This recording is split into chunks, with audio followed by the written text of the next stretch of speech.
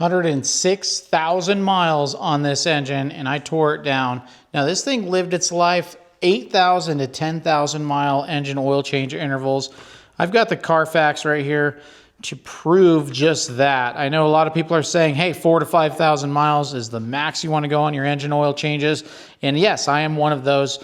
But here is an engine that is a perfect example of maintenance at 8,000 to 10,000 miles. We got the crankshaft on the floor over there. We've got the cams right over there on the bench. We've got pistons out. We've got the engine block sitting right here. We're going to go ahead and look at all of the wear and see just how bad of condition this engine is after getting those 8,000 to 10,000 mile engine oil change intervals. Now I got this up to 70,000 miles for the Carfax. 9/12 of 2025 was the last reported engine oil change there. Now I bought this engine $800 off of a local deal here, and it was told to me that it was a fueling issue. So I went ahead and took a chance on it. And here we are. You can see I had some issues with the fuel injectors over there. We'll go into that story at a different time. But right now, what we're going to go ahead and do, we're going to go straight to the top, the camshafts. What was the oiling like up top? Well, we could see some grooving. I know you're probably looking at this like, wow, there's a lot of debris on there. Now that's a different story. Look at those fuel injectors. Again, different story. So ignore all that dust and whatnot. But camshaft, we have some wear on every single lobe. Nothing extremely horrible. I mean, we've got a little bit of grooving right there, but it's not enough to like fully catch on your fingernail. So it's really not a significant issue, but it is something to point out on there. I also want to point out the timing chains. We've got those set over here. I did set up everything with the proper GM tools as it was on the engine, and I verified the timing was in check. And these chains actually look really, really good. They do have the design with the holes in every single link. We've got the primary and the secondary chain has those oiling holes. This is an engine from a 22.5, so this is an LM2. Sorry, I should have specified that earlier. Of course, we can't leave out the oil pump belt. Looking like it's in excellent shape. However, this may have been recently replaced, so we really cannot discuss this belt because this engine did have a brand new rear cover on it. And with that being on there, it would have been wise to replace that oil pump belt. So I don't want to discuss that engine oil pump belt in its entirety in this video. Let's go ahead and check out these pistons. Oil control rings sitting in great shape on all 6 of these pistons. We have movement in all of them.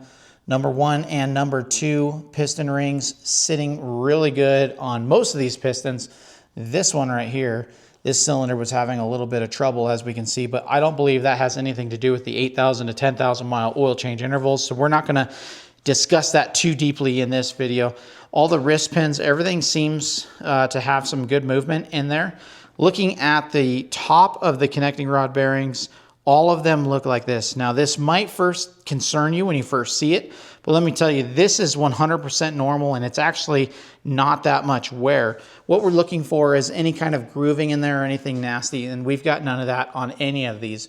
All of them do show this wear up at the top, and why I say that that's not a big deal is because think about the piston. When it's firing in the cylinder, it's being pushed down. So the first point of wear is going to be the top of the connecting rod bearing. And so these ones are actually looking really, really good. It just popped in my head, but I don't know if you noticed, this was serviced at GM dealerships every single time. So that tells me that this most likely had 0W20 engine oil in it its whole life. And like I said, 106,000 miles on this. And so far, I don't know, what do you think? How's this looking? Let's go ahead and roll over to the crankshaft that we have on the ground here. Not seeing any wear at all on the crankshaft, which is typical. I mean, it's very rare to get wear unless you have a major failure on there. If we go ahead and look at the main bearings, looking really good. What is that? Is that a QR code on there? That's odd. So again, these bearings are looking great. 8,000 to 10,000 miles in between oil change intervals. I know, I'm one of those guys that says, hey, 4,000 to 5,000 is the max that I run on mine. I want to run 5W30, and I do that with the oil analysis as well and show great results. But this is an engine that lived 106,000 miles. We don't 100% know what happened to this engine, but we're going to discuss that in a later video. But for now, let's look at this engine block. Over here, we will see the main bearings across the whole underside of the engine. Obviously, it is flipped upside down right now, and that's so that way we can get the crankshaft out. We're able to see the thrust bearing, which we'll get to that right over there. But look at these main bearings. We can read the QR code and the letter A, letter B, letter B.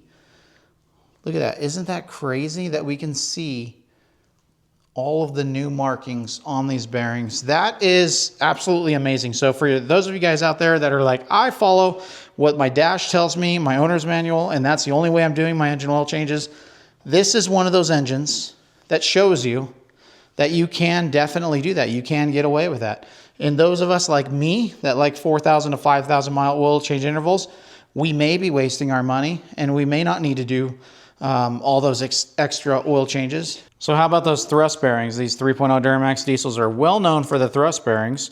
So we're going to go ahead and look at this, and we can see very minor amount of wear on this thrust bearing. Let's go ahead and pull off the other one.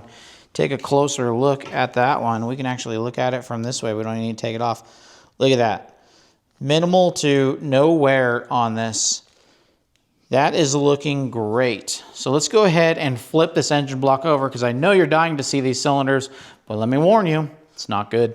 All right, I got the engine flipped over and we could see the cylinder walls. Now I told you that it's not good. See that rust that's inside there?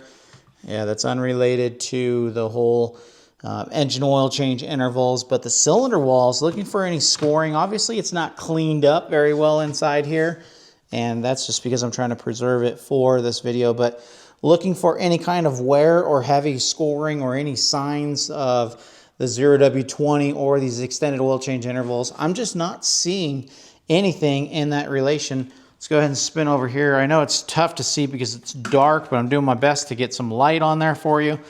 But we can see inside there. I'm not seeing anything that is really reaching out as like, hey, big problems here with these cylinder walls. They actually look really, really good. And with that being said, I also did not talk about the side skirts on these pistons. Minimal wear on those as well. Very, very surprising. It's obviously, it's still a little bit dirty, but I've wiped one off. Let me see if I can find the one that I wiped off. Not really, but you could see, I mean, the wear on the side skirts is just looking great. So we've got 106,000 miles on this, and things are looking awesome. So let's discuss this. We have a successful engine right here that had its life of 106,000 miles, and then someone brutally ripped it apart in their garage for everyone to see. What do you think? Engine oil changes, are they that big of a deal? 4,000, 5,000 miles, or are you one of those 8,000 to 10,000 mile people? I know there's not a lot of backup with those of you guys that are following the maintenance intervals of what shows up on the gauge cluster.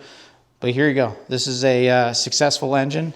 Now, what brought down to its demise, we'll let you know in this next video.